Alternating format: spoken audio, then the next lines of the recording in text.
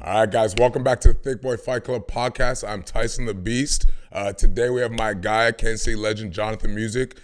He's an influencer and a boxer out of Kansas City with an amazing story. But before anything else, we got to give a shout out to all our sponsors. Number one and top sponsors, Top Mutt Studios, Phallon Dunn, our producer, Bearded Bites, Major Pack, Kimura Wear, Mo Mind, Clinch Culture, Blessed Edibles, Gas Tank, and Just for Kicks. Anybody we forgot, please forgive us. My restaurant shout of the week this week is going to be a place called Open Cork. It's it's an Albanian restaurant right here in Mississauga, very close to the Etobicoke area. Really good wine, good seafood, good steak. And my Kansas City restaurant of the week is going to be Jack Stack Barbecue.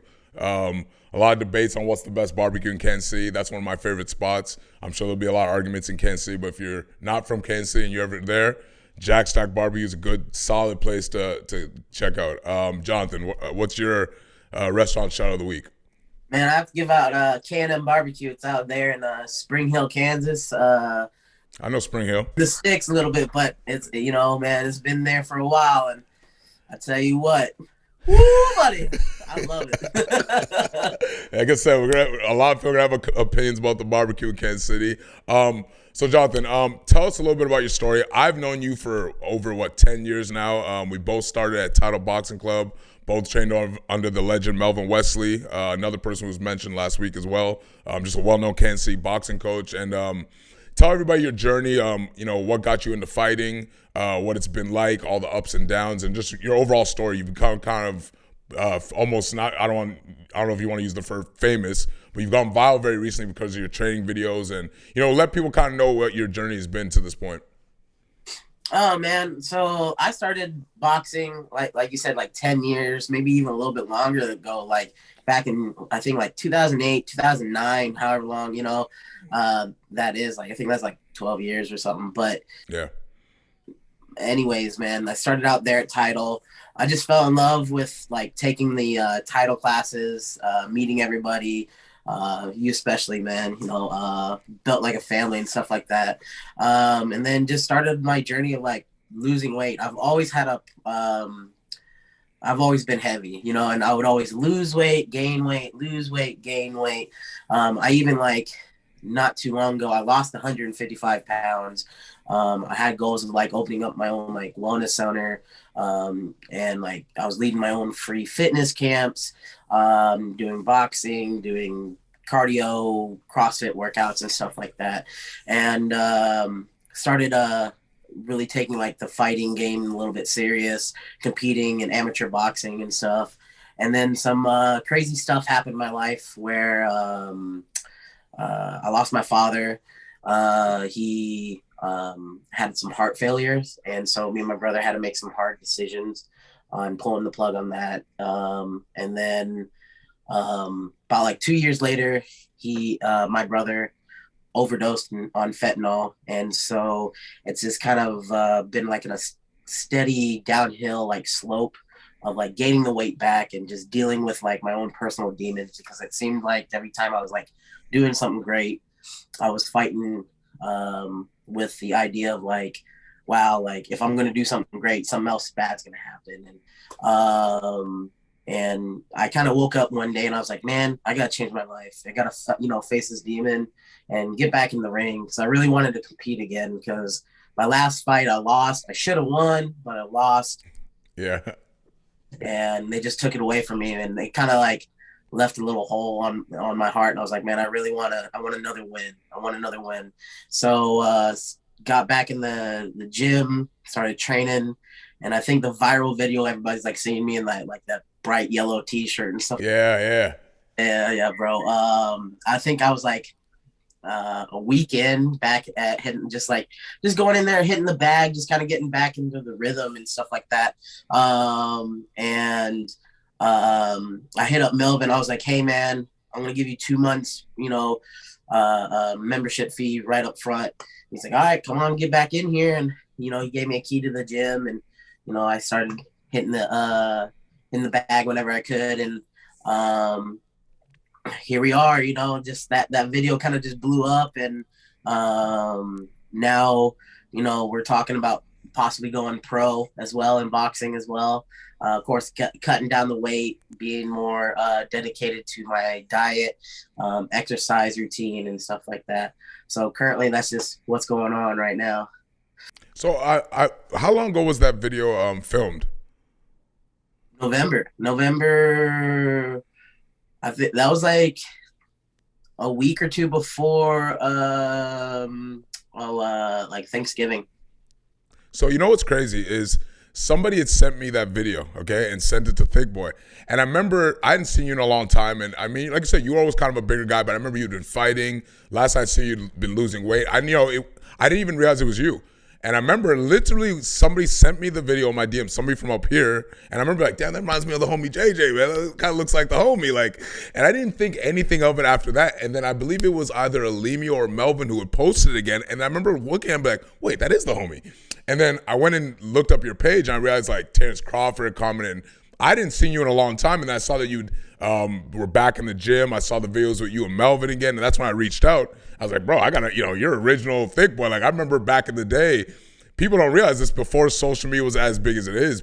You were known as that guy who would always kind of blow people away with your hands, your speed, like the agility. And I remember just like seeing the video, I'm like, man, this is actually kind of crazy that like, it's funny how you always been that guy that's known for that. You kind of shock people. And I remember when we posted the video, people were like, oh, how do you know this guy? I was like, dude, I've known this guy for like 10 years. He's always kind of been the same thing, right? Bigger guy, but always agile. He was always somebody that you would train with him. Like, how does this guy have this type of cardio? And these are the type of questions that have been blowing us up like the last like 2 weeks. And that's why I wanted to get you on here. And so what's it been like getting back with Melvin Wesley? I know I keep bringing him up, so we eventually got to have him on the podcast. But what's it been like getting back with Melvin? I know he finally has pound for pound as a separate entity. What's it been like, this journey to possibly getting back in and going pro again? Well, like currently, man, it's awesome, because he's pinpointing out like some things that I need to, work on and stuff like that. And definitely he's me and him are always on the phone together. We're always texting. We actually just got off a sponsor call from yesterday. And I can't say too much about who it was or something like that, but it's up there, and possibly some fights but on the same cards as like the Jake Paul the Paul brothers and stuff like that. That's possibly coming in the near future. So that's blowing up. But currently, Melvin had foot surgery, so he can't really do too much right now. So I've been working with the assistant coach. His name's Feet. I've been seeing you working with him, man. You guys been looking like you're getting really good working together. Yeah. So I'll meet him up at pound for pound, and or the gym he kind of goes and does his privates at too and stuff like that, and get in whenever I can. If not, then I'll go to pound and do my own little thing. And I mean, that's pretty much it. Working with a nutritionist as well, and doing weightlifting, all the other fun stuff. So I noticed so it's funny you bring that up, because you don't have to say much, but I do notice that you and I believe Shannon Briggs have some type of, you guys have been in contact, I can tell, right? And I know they just released that big thing where they were doing like boxing with MMA gloves. It was MMA versus boxing, and I know that, so you don't have to say too much, but we actually had Mac Mayberry on here last week, and he was talking about a girl from Glory who fought on that show from Kansas City. So what, like, was this something when you came back into the gym where was it purely the goal was right away just to fight again, or were you just like, hey, I want to get back in just to lose weight? Like, how long had it been since you had been training before that video had been released? So like I would always like still do my own thing. Like it took how should I say, like off and on, because like I was saying before, I was always fighting that demon, like, like, okay, if I'm gonna do this, and I would lose like 10, 15, 20, 30 pounds, and I'd be doing good, and then something clicked in my head where I'm just like, whoa, hold on, like we're moving too fast. I was afraid of success, you know what I'm saying? Like always seemed like whenever success was around the corner, then a problem was around the corner. So yep. That's how it works. yeah, and so like I've had to have like that self talk with myself saying like, hey, like we're gonna have to face this no matter what, and including with the opportunity I have right now. um I want to give my mom like the best of her like years to come, especially what we're dealing with her. We just found out she has like lung cancer, so we start doing chemo here pretty soon, and especially with the opportunity, I want to take it as full as possible with it. But when I first went back in the to the gym and stuff like that, it was just like I just want to lose weight. Like I want to lose weight, but I also wanted to fight. Like I had personal goals, but the big thing was to lose weight, so I could enjoy life a little bit more. Because there's things that like I'm a white guy, man. I do crazy shit. I want to jump out of a plane, bungee jump, do all this. I mean, I hunt for ghosts. You know what I'm saying already? So crazy white people shit. No, it's all good, bro. We good up here. So what's funny about this because like that, I think that's why your story's been so motivational. And I've known a lot about your story from before, and a lot of the things you were kind of like you talk about battling, and kind of talk about how this is something we always talk about. How we look at this brand as like a lifestyle thing, and this is constantly a story that we look for is how either fighting changed my life or fighting taught me to keep coming back. Whether it's health issues that your family shares where you're the one who kind of finds fighting and gets you out, like kind of talk about what that journey's been like, because like I said, me and you I think started like the same time, like 2009. You were there for a lot of my fights. You've watched me train when I was an amateur, when nobody cared about MMA in Kansas City. Like, so kind of talk about like what it was like, even when you would fall off the, boxing was always kind of that thing that grounded you. I know that's what it's been like for me with all the crazy stuff I've been through. Fighting and training was always that thing that got me back grounded. Like, kind of talk about that. Yeah, man. No, like training, just boxing training alone. Like, of course, I do like some Muay Thai training, and whenever I can, like roll around with some friends that know Jiu-Jitsu and stuff. But boxing has always been like my thing, like go-to thing. Like, it's a stress reliever. It's also like a place where it's like a happy place for me. Like I don't have to worry about the world. I just pound on that bag, or I shadow box, slip rope, and it puts me in a mindset of like, how should I say, like, I don't want to sound corny or nothing, but I always feel like, when I'm doing that stuff, like I'm like Dragon Ball Z, like I'm like Goku or something like that, like, I know that sounds corny as hell, but I'm like, man, I'm getting fit. I'm getting ready for my big fight, and I always like had that mindset of like, I'm doing this so I can fight, and it always puts me in a better place. And I know that boxing, there will always be like a spot for me, even down the road when you know the career has to end or whatever it is, right? I know that I can always turn back to boxing, especially with the knowledge I have. Like, I want to open my own gym and stuff like that. So my own boxing gym, MMA gym, and do all that fun stuff too. That is awesome. So this is actually interesting because we've kind of talked about it and you've commented on some of the stuff. So you're talking about you have this opportunity where you might be fighting on a similar type show with the Paul brothers.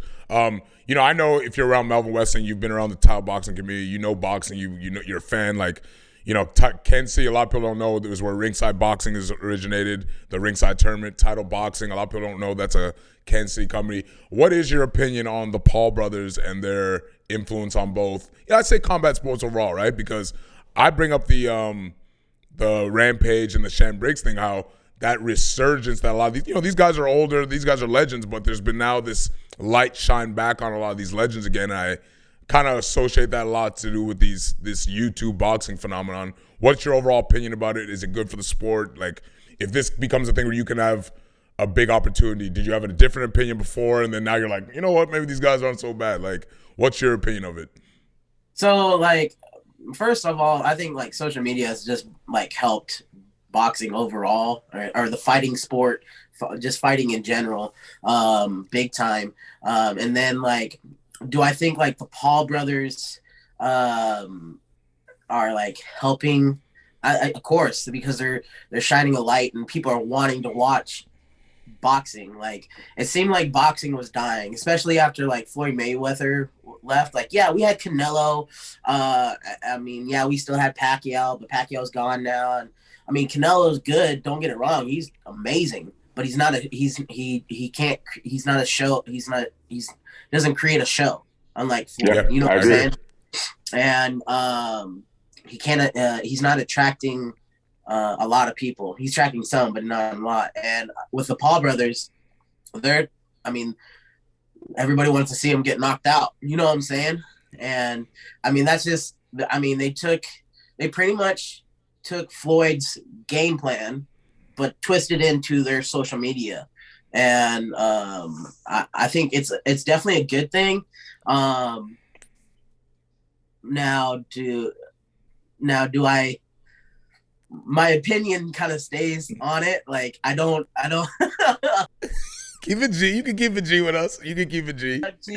I don't know. That last fight with Jake and Woodley, man, it seemed too perfect, especially with a right hook. Like, you're telling me you caught Woodley, I mean, who's a big time fighter in MMA. Like, okay, yeah, Athlete too. but like still, like, dude's trained in boxing. You know what I'm saying? Yeah. That even brings up with Ben Askren. Yeah. Another Missouri guy. These guys are all from our ends, bro. That's why it's been hard to watch him do this to them. Man. Well, and the thing is, like, Ben, like, when I watched Ben, like, it seemed like Ben never put on boxing gloves in his life. I was like, man, remember, he was never impressive as a striker to begin with, right? So I think Jake Paul is doing the smart thing with who he's picking. I agree. Yeah. I agree. Yeah. So okay, so this is why this is interesting, right? Because I remember Tyron Woodley, you know, obviously when this thing started, it started with the Ben Askren situation, you know, they had the little scuffle, if you will, in the back room. And, you know, now you've seen him kind of come full circle, which I think was another reason a lot of people have questioned his response. But I think he also, a lot of times, has realized now, like, man, there's a lot of fighters who've put the work in I do who go off into the sunset, and then, you know, we hear all these crazy stories years later about them needing money and I think he's kind of come around realizing, like, man, like, how different would my life have been if I was just ended as 4-fight losing streak, right? You now look at Anderson Silva. I don't know if you're aware, Vitor Belfort's fighting Chad Dawson, and so this seems to be like a thing that's really bringing money back in. You know, Amanda Serrano, she's just a solid all-around boxer, and now she's finally a millionaire. Deserved that probably years ago, right? So, like, what do you think? What he's doing with this whole fighter pay? Do you think it's sincere, or do you think it's him playing more chess with the whole idea of, you know, because fighters are, a lot of fans are based off emotion, right? And the idea of, you know, them not liking him, but then hearing what he's doing for a lot of these guys' pay. What is your opinion on that? Like, if you, for instance, let's say get on one of these cards and it's like a 6-figure, maybe even 7-figure like contract, what would your opinion be? As you know, on Jake Paul and these guys? I mean, they're definitely putting money in their pocket. So, I mean, you're definitely helping those people that definitely deserve that money and that shine light. You know what I'm saying? Because there's been plenty of big time boxers, great, phenomenal boxers, but they just never got the time of day. You know what I'm saying? And I boxing is it's, to me, it's a little bit of like a political thing. It's a little bit of a show. You got to have like that it factor to make it. And I mean, pretty much with anything else, you know what I'm saying? Like, if social media, podcasts, you just have to have that just kind of, I guess, character or it factor to, I wouldn't say make it, but to get that I guess that light, you know, that time light, you know what I'm saying? Yeah. So I have a question. So, like, you know, obviously I look at Melvin as one of the most knowledgeable boxing coaches I've at least ever been around. Obviously, there's all these legends I can't speak of, but for me, he's always been very knowledgeable, very understanding of both MMA and boxing. What has his been opinion of not only this, but when you're talking about possibly being on one of these type of shows? What's his opinion been? Because he's a solid coach. He's a legit coach, and you're getting an advantage having that type of coach and being from Kansas City. What's his opinion been about all this that's going on? And he's one of those guys who we talk about that's so talented that if he maybe had more social media attention, who knows? We might not even got to meet the guy. What's his opinion now to watch where the sport's going and maybe be able to walk you into the ring in one of those type of shows? Now I don't know what he thinks currently, like how if if the Paul brothers are definitely helping the sport. I do I think he does believe that he's definitely helping because I think we had we did have a conversation that he's like they're definitely helping people make money, fighters make money and stuff like that. And not just like fighters, but you got to think about their team and their family and stuff like that. So they're definitely like helping and definitely using a different avenue to make it happen, because like we were saying, social media, we didn't have this not too long ago, and we weren't very smart to use it because we had a little bit YouTube and stuff, but we never took it to that extreme. But he's definitely excited for me, and his thing is like when it happens, people are gonna doubt you. Like everybody, I mean, and you've seen it. I mean, you've seen me, bro. I've known you forever, bro. Yeah. I mean, you've seen me go up against people, be like, "Oh, I want to spar this guy." You sure you want to spar him? You sure you want some big jerk, bro? Well, it's like I remember even one time you I don't know if it was like a guest class you were teaching, or I don't know if you were consistent on the title boxing schedule. And same thing, I think people it was almost like one of those. It was a real Thicc Boy moment where Thicc Boy was a thing where you don't judge a book by its cover. Like I think a lot of people just assume that, oh well, what can he teach me? And then they see you. And you know how to hit pads, you know how to hold pads. You've been around the sport a long time and with some high level guys. And so this is what's interesting, because people who when we told them we knew you, like people have been DMing us, and I know you saw people commenting on the video. What's it like now? Because I'm sure now you're probably having people reaching out to you kind of with similar stories, or whether them telling you that you inspire them or motivate them. What's that been like? Because I'm assuming you've been getting a lot of that from people wanting to kind of reach out to you, and people need that type of imagery to kind of realize, oh man, like this is possible. Like there's a guy who's maybe 50 pounds lighter than you who thinks there's no option for him to do this type of thing, or he's embarrassed, and then sees you and it's like, man, like this isn't as out of the pocket for me to go to a gym and be involved in boxing. Like what's that been like in these past months? Man, one, it's been very humbling. It's crazy because like every day I get a minimum maybe 30 messages a day, just saying, man, because of you, I'm getting back into boxing. Or, man, I'm 60 pounds overweight, and because of you, I'm going to go hit the gym. I'm motivated. I'm going to lose. I'm starting my journey today because of you. And you motivate me. You inspire. I mean, every day I get something. And sometimes it gets kind of like overwhelming sometimes, where it's like I'll reply. I'll reply back to some of them. I can't, I mean, I'll be in my messages all day if I was replying back to all. You're gonna need an assistant, guy. You big jerk now, man. You need to get a team around you now, man. You know what I mean? I know, man. We're working on it. We're working on it, and I'm actually hooked up with this company called Millions, and where here pretty soon I'll have my own merch and stuff like that. But also they'll be able to, if someone wants to ask me a question or wants me to like say happy birthday to them or something, they can send in a request or a question, and I can send them like a personal video and stuff like that. So that's going to be coming out here pretty soon. So that will definitely like help out a little bit. So I can like say, hey, I'll return your calls or whatever, your video request back here in about 7 to 14 days, whatever it might be, right?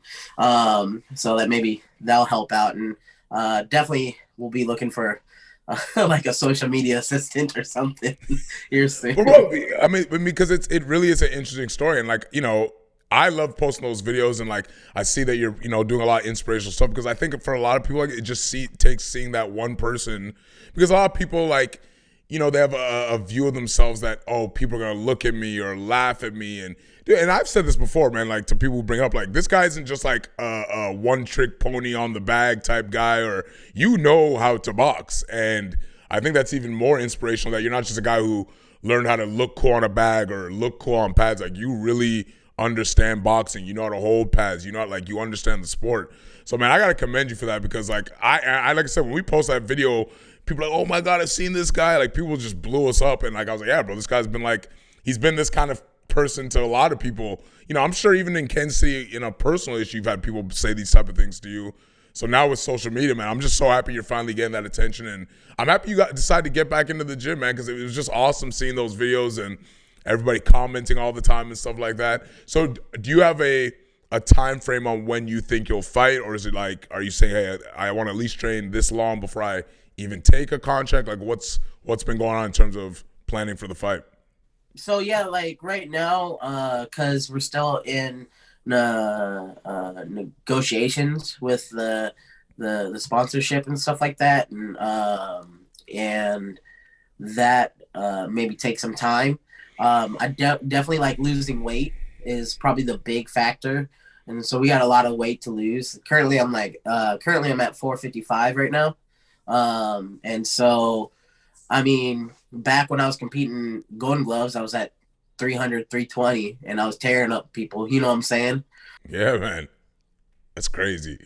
Definitely want to get down to like 250, but like if we can get back down to at least like 350 to 300 to 350, somewhere in between there, like definitely set up like a fight and stuff like that, and then aim to be kind of under 300. And so I can't really give you like an exact time frame, but probably within, I'd say, the next year or so tops. So what else are you because this is something a lot of people would bring up, like asking about the cardio, right? Because I think a lot of times people associate cardio and conditioning with a certain look, and you kind of proven that that's not always the case.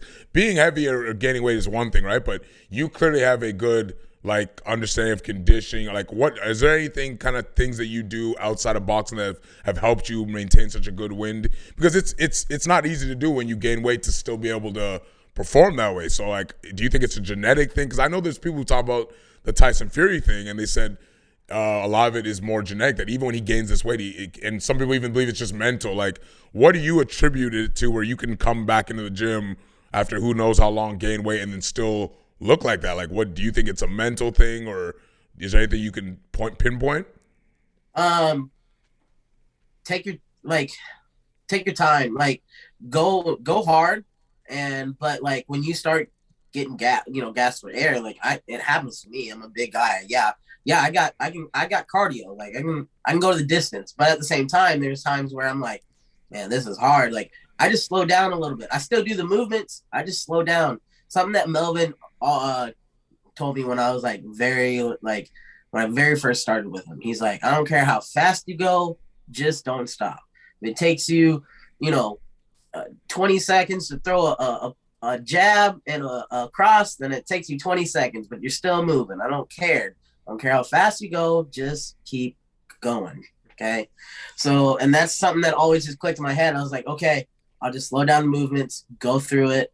And I'm still building that muscle memory. I'm still building that stamina. I'm gaining my air back as well. And then I just go hard again, and I go hard again, and I try to go a little bit farther. I don't think it's like anything with like genetics or anything. I just think it's like how you train. Kind of like CrossFit.